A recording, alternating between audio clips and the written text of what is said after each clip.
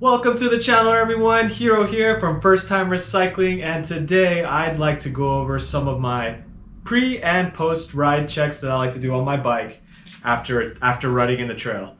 So just wanted to start it off with tire pressures.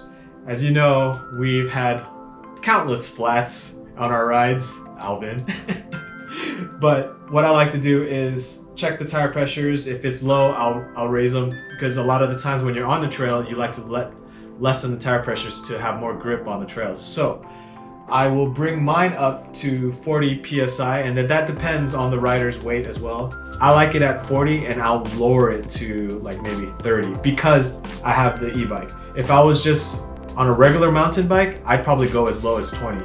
Because of the added weight of the Bafang motor and the battery, you do need more PSI in the tires, or else you'll pinch flat or snake bite.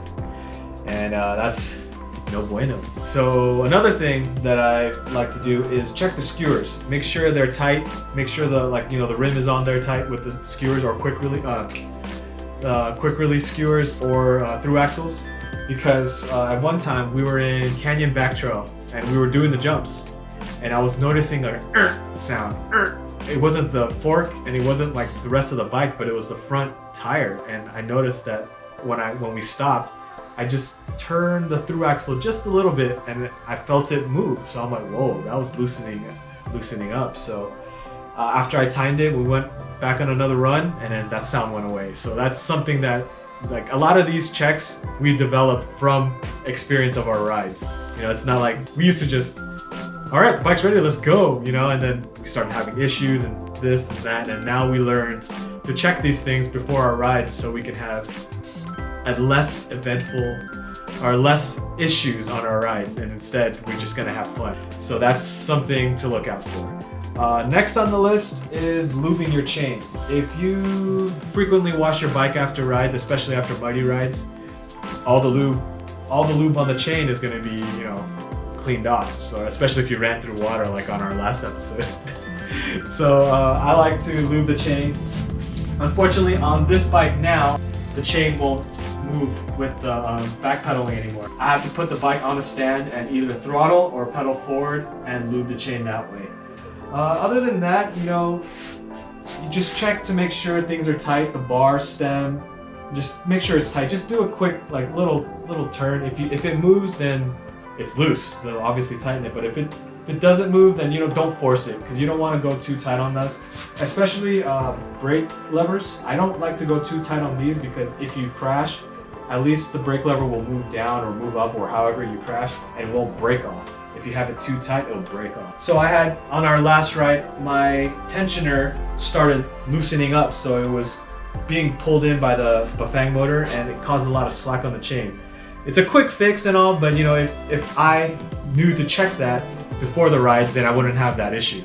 So I had to just pull it back, get an Allen wrench, and tighten it, and then the tension of that chain was tight again. For those of you with cassettes in the back, you have a derailleur.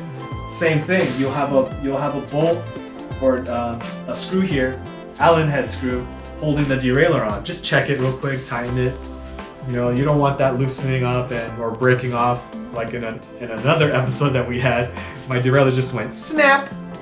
I think there's just too much torque in that Bafang motor, but whatever. That derailleur was done for, gone, and now I'm single speed and I'm loving it. Okay, so that's kind of the stuff that I like to check before our rides now. And then if I'm missing anything, if you guys have any things for me to check as well that I missed, let us know in the comments below. I would appreciate it greatly. So now, what I recommend after a ride, especially if it's a dusty or muddy ride and you don't have time to wash your bike, at least clean this part of the bike here. It's called the stanchion. And you don't want mud sticking here, because it will harden. And when you when you try to clean it off later, it could scratch this, and you just don't want that, because it'll mess the seals up. And I like to clean around the ring here, just so there's no dirt caked up there. That's the fork. If you have a rear shock, same thing. It's gonna have a stanchion, unless you have like an enduro or downhill bike. It might have a spring there. You might have a harder time cleaning it. But same thing, like if you had a rear shock, clean that portion. And if you have a dropper seat post, same thing. This thing rides up and down. There's gonna be dust caked on here. clean that as much as you can. Make sure it's all free of debris because you don't want that being hardened on that post.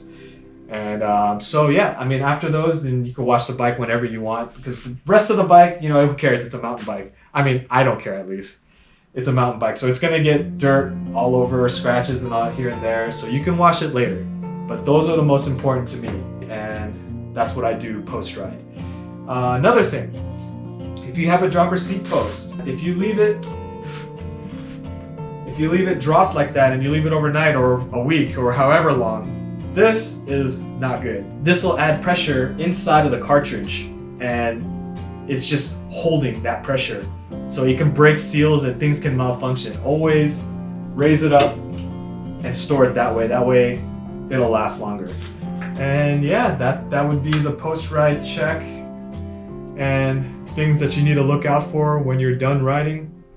And otherwise, hope you guys found this video informative. If you learned anything, make sure to hit that like, and if you guys have any other suggestions or things to look out for, please leave that in the comments. I'd like to know, because, you know, we're all learning.